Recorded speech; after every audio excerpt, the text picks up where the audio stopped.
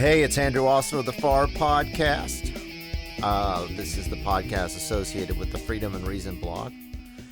I want to talk about that blog today, and I want to share a sound clip with you from Steve Bannon's War Room Pandemic.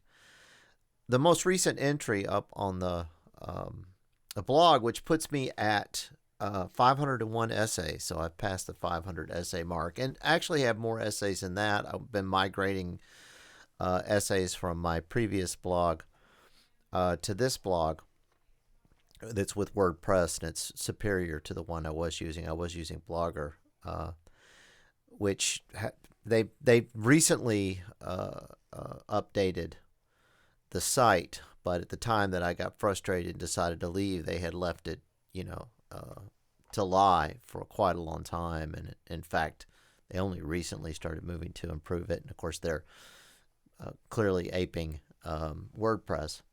But I'm on WordPress now, and I like it. I have my own domain. It's andrewaustin.blog, and I want to invite you to stop over, read essays, subscribe, hit the like button if you like what you see. Make comments. If you don't, or if you do, or whatever, I'm eager to engage in conversation. In any case, the latest one that I have up, the 501st essay, is titled "The Pathology of Identity Politics and the Force Behind the Pathology." And I just wanted to just say a few things about this. I have a much longer essay coming out in the future on the problem of partisan ideology obscuring the force behind identity politics. And I've written about this in previous blogs. So if you surf my blog, you'll find quite a bit of stuff on it. But I am going to do a deep dive, and that's sometime in the future. I don't want it to sound like this is coming up sooner than later, because I have my semester started and I'm doing lectures for my classes, and I'll also have another essay that I want to put out on progressivism. It's related to this, very closely related to this, progressivism and the administrative state and state capitalism. But the problem that inspires my thinking on this, my work in this, is that modern conservatives, who I see as natural allies of the working class, and that's because the working class is conservative and classically liberal, and modern conservatism is in many respects a classically liberal position. They wrongly believe that Marxists have taken over the institutions of U.S. society. When I hear this, I always want to ask, how could this be possible in a capitalist society? Well, it's not. I mean, Marxism's choice of comrades, the working class, they stand in opposition to the bourgeoisie or the capitalist class. Sorry to use the sort of classical Marxist terminology there. Simply pointing that truism out isn't enough to convince people. So I've been providing essays that analyze the structure of progressive ideology, the practice of progressive politics and policy making, linking it to the functional apparatus that secures, advances, entrenches a particular fraction of the capitalist class. I want to emphasize that. So we're talking big capital that's in the form of the limited liability corporation. So that's important to understand because, small businessmen and women have particular politics. They're entrepreneurs. Working people have particular politics. But corporations are not persons.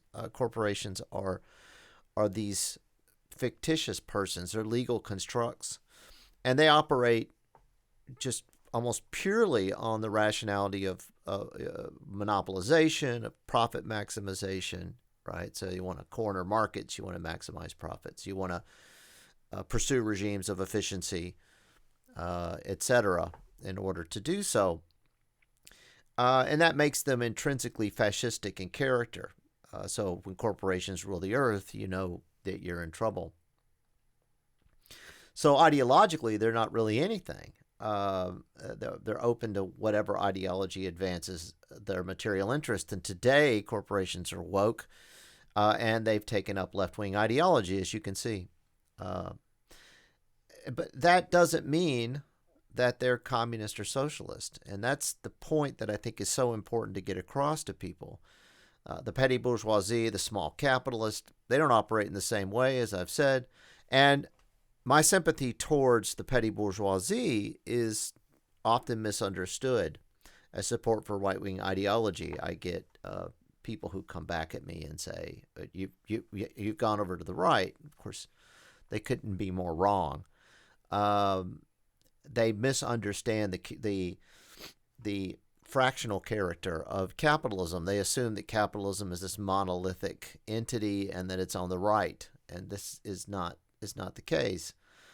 I have a vision of a proper democratic republic, and it's one in which workers, and this is because they work in these firms of scale, that they own and operate or have just a substantial degree of control. These can be, municipal firms, public entities, but that they can have control over their work and that they share in those profits that come from that work. I'm not opposed to markets. I just have a problem with big firms owned by people who are not doing the work themselves. Now, small businessmen and women do the work themselves. The craftsmen, the journeymen.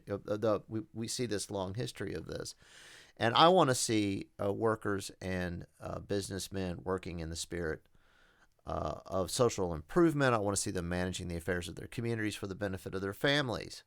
So when firms get too big and employ workers, that's when exploitation really kicks in, and we should have a different organization of that work, different arrangements that will allow for those entities, those firms, to work for the benefit of the community. That's a populist vision. It's neither right nor left, and I've written a lot about populism on my blog. It's a humanist vision. It's individualistic. It's democratic, secular, small r Republican. And so it boils down to my view that I've articulated for quite a while now, that we need to have a call for the restoration of the Enlightenment, the nation state, strengthen the Westphalian system over against the transnationalization project of the globalist and the corporatist. Okay, so it's a much longer essay than that. I just wanted to share sort of the conclusions of the essay. But what I want to do now is I want to share with you a piece from Steve Bannon's War Room Pandemic, just a few clips, because I made the argument, we hear this from conservatives all the time, as I just said, my essays about this, that what we're seeing is a socialist takeover, the march through the institutions. The Marxists had this plan, and now we're seeing this, and that the involvement of the Chinese Communist Party in the Western capitalism is really communism and socialism and so forth, and it's not. And you'll hear Steve Bannon's voice talking about the situation. He throws it over to Jack Posobiec, and Jack Posobiec, very smart, a young man, begins to talk about this socialist notion, that this is about socialism, or at least strongly suggests that that's what it's about. And Steve Bannon shows you his understanding of international political economy, because he comes back and he says no, and I pointed this out to people. He's not the first time he said this, that this is not socialism, that you're misunderstanding what this is. And so let's just listen to this clip from the War Room so that you can hear it for yourself. So today, you don't hear crickets from any of the people in business. Remember, Wall Street, the giant corporations, the tech oligarchs, they're all business partners. They like the way the system works. This is not a conspiracy. The Great Reset is to reset the globalization project that she talked about on January, I think, 19th of 2017, 2 days. And by she, he's talking about the leader of the Chinese Communist Party, really a dictatorial regime. So the leader of the totalitarian dictatorial regime of the Chinese Communist Party. before Trump came up, he laid out the whole globalization project and how, the world was a beneficiary of that. That was led by China, led by the CCP. And here's the thing about the Wuhan virus. They tried to cover it in the Daily Mail, said, well, Bannon called it early on, but because, all of his issues with immigration and all this stuff, people that because racist. No, it is racist not to call the CCP. It's the Chinese people that bore the brunt of that. We still have no earthly idea the suffering and the deaths that were in Hubei province in Wuhan. The Chinese people have been the brunt of this. This is not the Chinese people, and this is not the China virus. This is the CCP virus. So Jack Posobiec, I want to put in context his speech today because this was a throwdown, right? We're not going to reset relationships, right? We're right and you're wrong. We don't want to hear any more talk about genocide. Sounds like a personal problem. And I haven't seen the Arab nations. Where are all the Muslim nations? Are so, the travel ban to stop radical jihadis from coming in here because you didn't have the systems in place to really screen people appropriately, and we put it in 4 years, you got no problem, that Biden wants to undo right away. Where are all the Arab nations? Where are the Muslim nations about the genocide of the poor Uyghurs in Western China? Where's that? So Posobiec, this thing right here, ladies and gentlemen, this is what your life is going to be unless these people are confronted. The Chinese Communist Party are the engine that drives the globalization project. Davos is high church, okay? That's high church. And right now, they think they're on the march in the populist nationalist movement in Western Europe and the United States. Donald Trump's gone. Salvini's gone. Le Pen didn't win. Nigel Farage is gone. All of them are gone, right? So you've had a senior time. Let's start with Posobiec, then I want to come back to Raheem. Posobiec, thoughts? Well, Steve, you also heard here. I almost slipped through the tongue. Biden, right? It's Xi Jinping. Whenever Biden speaks, you hear Xi Jinping's voice come out. It's that Xi Jinping said we cannot build small circles and return to the Cold War, this Xiaoyaojun in Chinese. What he's saying is there can no longer be regional alliances. There can no longer be nation states. He's calling for one world, one shared humanity. And look, the Marxists told us that they were going to have, what do they call it? The long march through the institutions. That was their policy from the 60s. They certainly were able to achieve that here in the United States, in the West, and they absolutely achieved it on the global stage, driven by the CCP. When he's talking about being subservient to the UN, to the WHO, we already know that these organizations, these institutions have been compromised by the CCP, and they are going to go along with it. I believe you had an interesting phrase, the running dog of Xi Jinping and the CCP, right, for the WHO. What's going on now is Xi Jinping is exerting his authority. This is very, socialism with Chinese characteristics. They are using the language of saying, we cannot do these things. We cannot have any separation from the one goal. We cannot have any separation into small circles. There is one way forward, and I, Xi Jinping, as the addressee, right, the addressee of the entire keynote of Davos, am the one who is going to lead humanity into the future. Not America, not Europe, but me. Yeah, by the way, I just want to, before I turn to Raheem, I don't buy the socialism argument. This is state capitalism merged with big government for an authoritarian. This is what Tom Friedman, they get dewy-eyed when they think about this, because this is how they solve the problem of systemic racism. This is going to have to solve the problem of climate. All of their big efforts. Friedman said one time, he wrote an article, if we could only have the way the Chinese rule for like 48 hours, we could solve all our problems, right? They want this model. That's why do you think you see the tech oligarchs shutting guys down and nobody blowing back on them? Why do you see the corporations deplatforming people? Why do you think the banks are debanking Trump and his followers? This is all state capitalism. It ain't socialism, ladies and gentlemen. State capitalism. State-controlled capitalism. Okay? Where you're just a cog in the wheel. You're just a serf. Every person on here under 35 years old, particularly if you listen to the podcast, I know we got a big younger audience in the podcast, understand something. The slave labor allowed by Beijing in China, that model makes you a serf. You're nothing more than a Russian serf. You're better fed, better educated. You got more toys to play with. You're a serf. You don't own anything, and you're not going to own anything. Jack. Remember, it was the World Economic Forum that said, you'll own nothing and you'll be happy. You'll be happy. Fuck. By the way, if you kowtow here, just like with Biden, if you give up and surrender, you can have unity, right? We can be united. All they want you to do, and we're going to show later in the show, the struggle session that Rand Paul had with George Stephanopoulos. They're putting you through struggle sessions right now. Raheem Kassam. Okay, so that's excellent. And I'm sure Raheem Kassam had something intelligent to say, but I don't want to take up too much of your time. And you can find this on, you can check out these podcasts yourself. They're widely available. Steve Bannon understands international political economy. He's tapped in to the whole globalization literature. He gets it. He gets it in a way that most people on the political right don't get it.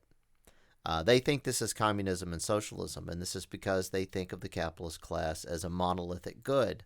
The left thinks of the capitalist class as a monolithic bad. They don't understand the fractional character of capitalism.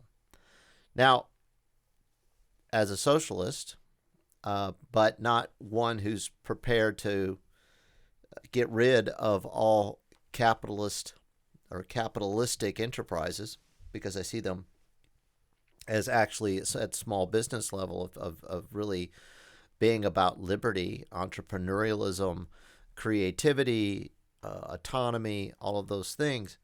Well, I want to see I want to see those continue and see them become part of a more thoroughgoing democratic order. I understand where the real threat of power lies. So I am not deceived by the fact that these big corporations are preaching what sounds to conservatives like a socialist message or a social democratic message, right? Because obviously it's not socialist.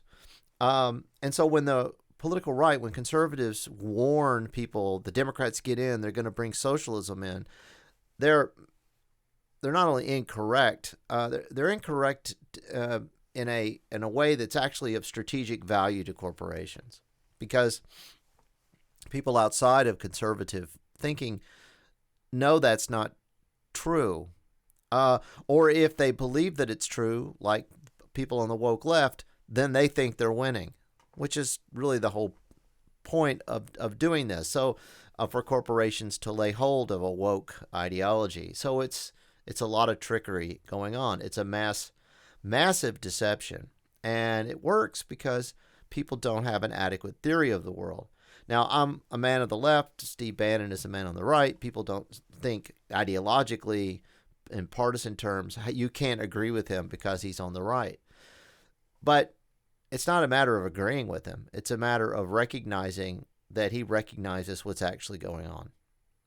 And that's been my argument all along. I studied international political economy in graduate school in the 1990s. And when I listen to arguments being made today, I hear very few people today who make sense. One of them is on the left is David Harvey, the Marxist geographer. He still makes sense. But it turns out that there's a figure on the right who makes sense as well, and that's Steve Bannon. So whatever you've been told about Bannon, well, here's what you've been told about Bannon, right? He's a xenophobe, he's a racist, he's a nativist. Now, why would they say that? He's fascistic and all of this. Why would they say this? Because he's a nationalist, and the globalists want to characterize nationalism as an evil. That's all part of the denationalization project. If you can make people believe that nationalism is a terrible thing, then you can rebel against the whole notion that we should have countries organized around the concept of nationalism.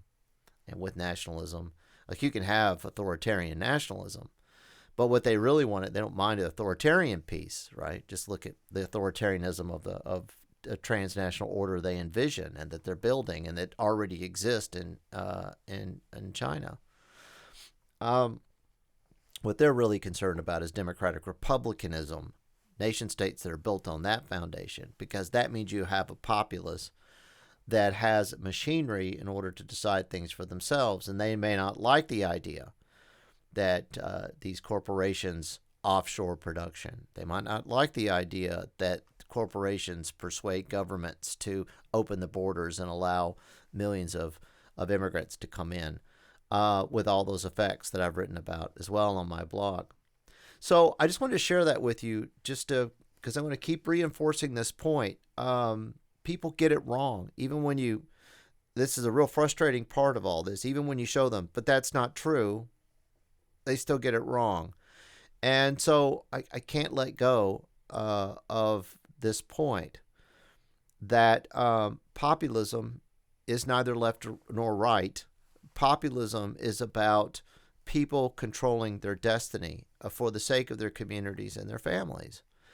And that is not possible in a globalized, corporatized, bureaucratized, technocratic, progressive world.